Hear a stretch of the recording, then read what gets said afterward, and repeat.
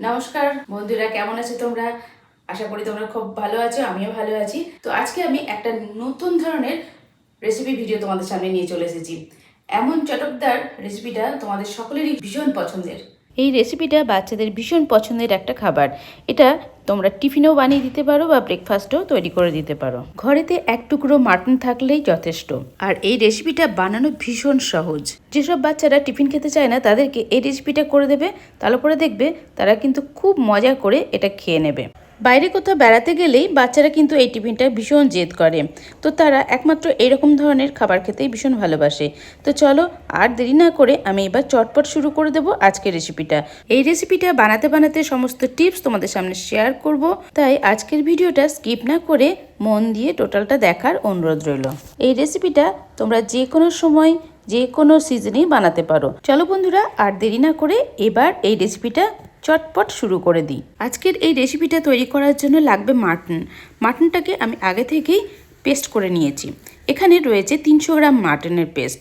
তার মধ্যে দুটো বড় পেঁয়াজকে খুব মিহি করে কুচি করে দিয়ে দিলাম, 6-7টা লঙ্কা কুচি দিলাম, আর দিলাম ধনেপাতা কুচি। এরপরে স্বাদ মতো নুন দিয়ে দিলাম, আর দিলাম 1 চামচ চিনি, আর দিয়ে দিচ্ছি কিছু মশলা। তার মধ্যে কাশ্মীরি লাল লঙ্কা গুঁড়ো দিলাম 1 চামচ, 1 চামচ দিলাম জিরে গুঁড়ো, আর 1 চামচ দিচ্ছি ধনে গুঁড়ো। তোমরা চাইলে চাট মশলাও এখানে ব্যবহার করতে পারো।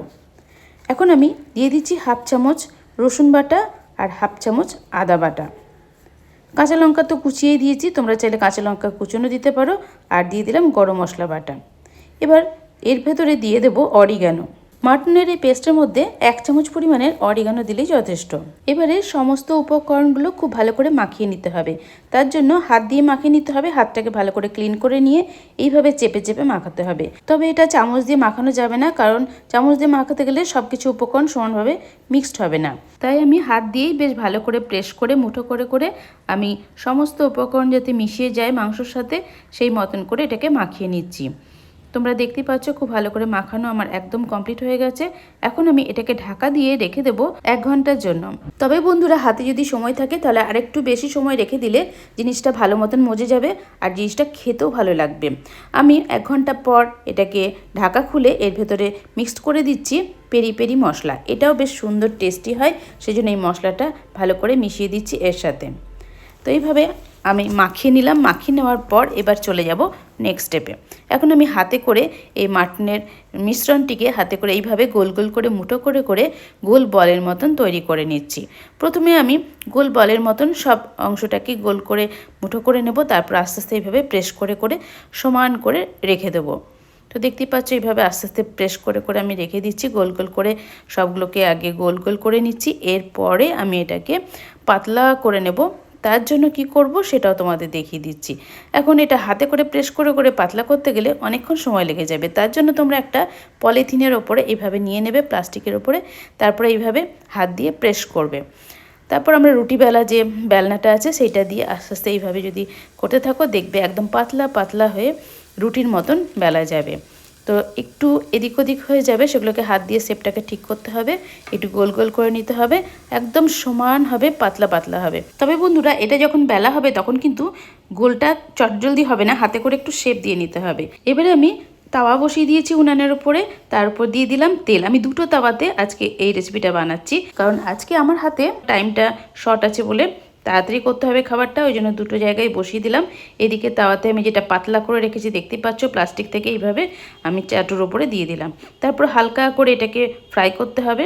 তো এখন আমি এটাকে ঢেকে রাখবো, গ্যাসের ফ্লেমকে একদম কমিয়ে দিয়ে 5 থেকে 6 মিনিট ধরে এটাকে উল্টে পাল্টে একটু ফ্রাই করে নিতে হবে। তো এবারে এইদিকে চলে এসেছি, যে ব্রেডগুলো নিয়েছি ব্রেডগুলোকে এইভাবে হাফ করে কেটে নিতে হবে, তাহলে পরে বেশ সুন্দর একটা শেপ হবে। খুব সাবধানে কাটতে হবে যাতে ভেতরটা একদম সমান হয়, ওই জন্য ছুরি দিয়ে আমি এইভাবে কেটে নিলাম। তো কেটে নেওয়া কমপ্লিট হয়ে গেল। তারপর আমি আবার তাওয়াতে এইভাবে আমি আস্তে আস্তে হালকা হিটে একটু সেঁকে নেব। একটু কালার আসবে সেই পর্যন্ত এভাবে চেপে চেপে ধরে ধরে একটু সেঁকে নিতে হবে। তো তোমরা চাইলে বাটার দিয়েও সেঁকে নিতে পারো, বা আমি এখানে কিছুই দিইনি, তো এমনি প্লেনই সেঁকে নিচ্ছি। যেটা যারা পছন্দ করে সেই মতন সেঁকে নিলে যথেষ্ট। এখন আমার এটা সেঁকে নেওয়া কমপ্লিট হয়ে গেছে, দেখতেই পাচ্ছ একটা কালার ধরে নিয়েছে। এরকম করে আমি এই দিকটা একটু হালকা একটু মুচমুচে টাইপের করে নিলাম। এইভাবে সেম প্রসেসে সমস্ত পাউরুটিগুলো এইভাবে সেঁকে নেব। এবারে আর একটা প্রসেস দেখাচ্ছি। এবার চাটুতে অল্প একটু তেল দিয়ে দিলাম, এবারে দিয়ে দেবো পেঁয়াজ। পেঁয়াজগুলোকে আমি একটু ক্যারামেল করে নেব। তার জন্য তেলের মধ্যে গোল গোল করে কেটে রাখা পেঁয়াজগুলো ছড়িয়ে দিলাম।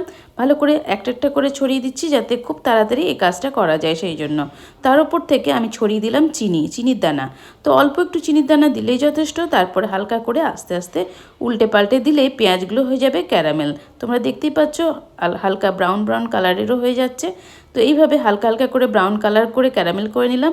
এতে পেঁয়াজটা খেতেও বেশ টেস্টি লাগে এর সাথে দিলে। তবে বন্ধুরা এই কাজটা করার সময় গ্যাসের ফ্লেমকে কিন্তু একদম কমিয়ে রাখতে হবে, তা নাহলে কিন্তু পেঁয়াজগুলো পুড়ে যেতে পারে।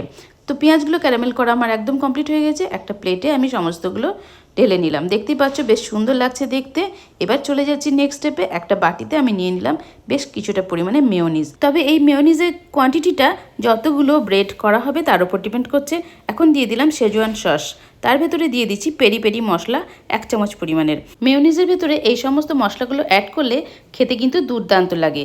আর তার সাথে দিয়ে দিচ্ছি অরিগানো। অরিগানোটা অবশ্যই দিতে হবে 1/2 চামচ পরিমাণের। এখানে অরিগানো দিয়ে দিলাম। এবার সমস্ত উপকরণগুলো খুব ভালো করে মেয়োনিজের সাথে মিশিয়ে নিতে হবে। তো দেখবে এইভাবে যদি করা হয় তাহলে পরে কিন্তু এর টেস্ট অনেকাংশে বেড়ে যায়। তো বাচ্চারা এই টেস্টটা খেতেও বেশ পছন্দ করে। তো আমি সমস্ত উপকরণগুলো মেয়োনিজের সাথে এইভাবে মিক্সড করে নিয়েছি। এবার এক একটা ব্রেডের ওপরে এগুলোকে 1 চামচ করে দিয়ে দিলাম। এবার একটু থিক করে ভালো করে এটাকে মাখিয়ে নিতে হবে। তার জন্য তোমরা চামচের সাহায্যে এটাকে এইভাবে স্প্রেড করে দিতে পারো বা বাটার ছুরির সাহায্যেও এইভাবে মাখিয়ে নিতে পারো। তো আমি এইভাবে আস্তে আস্তে চারিদিকে সমান করে মাখিয়ে নিচ্ছি। দেখতে পাচ্ছ বেশ একটু লেয়ার থিক করে এটা দিতে হবে, তবে খেতে ভালো লাগবে। আর মাটনের যে প্যাটিটা আমি ভেজে নিয়েছি সেটাও কিন্তু এটার উপর একটা দিয়ে দিলাম। আর দিয়ে দিলাম স্লাইস চিজটা দেওয়ার পর এর ওপরে দিয়ে দিচ্ছি ক্যারামেল করা পেঁয়াজগুলোকে বেশ একটা একটা করে এইভাবে ছড়িয়ে দিতে হবে, তাহলে দেখতে ভালো লাগবে। খাওয়ার সময়তে প্রতিটা বাইটে কিন্তু পেঁয়াজগুলো পড়বে। এরপরে আমি ওপরে ঢাকনার ব্রেডটাও দিয়ে দিলাম। তারপরে একটু হাতে করে প্রেস করে দিতে হবে, তাহলে সব কিছু খুব সুন্দর মতন সেট হয়ে যাবে। এরপরে আমি তাওয়াতে এইভাবে হালকা আঁচে এইভাবে একটু হিট করে নেব। ওপর থেকে একটা ঢাকা দিয়ে দেবো, তাহলে একটু তাড়াতাড়ি ক্রিস্পি হয়ে যাবে। তো 30 সেকেন্ড পর্যন্ত আমি ঢাকা দিয়ে রেখেছিলাম। তারপর আমি এটা তুলে নিচ্ছি। আর দেখো মেয়োনিজটাও কিন্তু একটু নরম গলা গলা টাইপেরও হয়ে গেছে। তো এইভাবে টোটালটা ধরে কিন্তু খেতে হবে। তো তার আগে আমি দেখিয়ে দিচ্ছি জিনিসটা কেমন হয়েছে।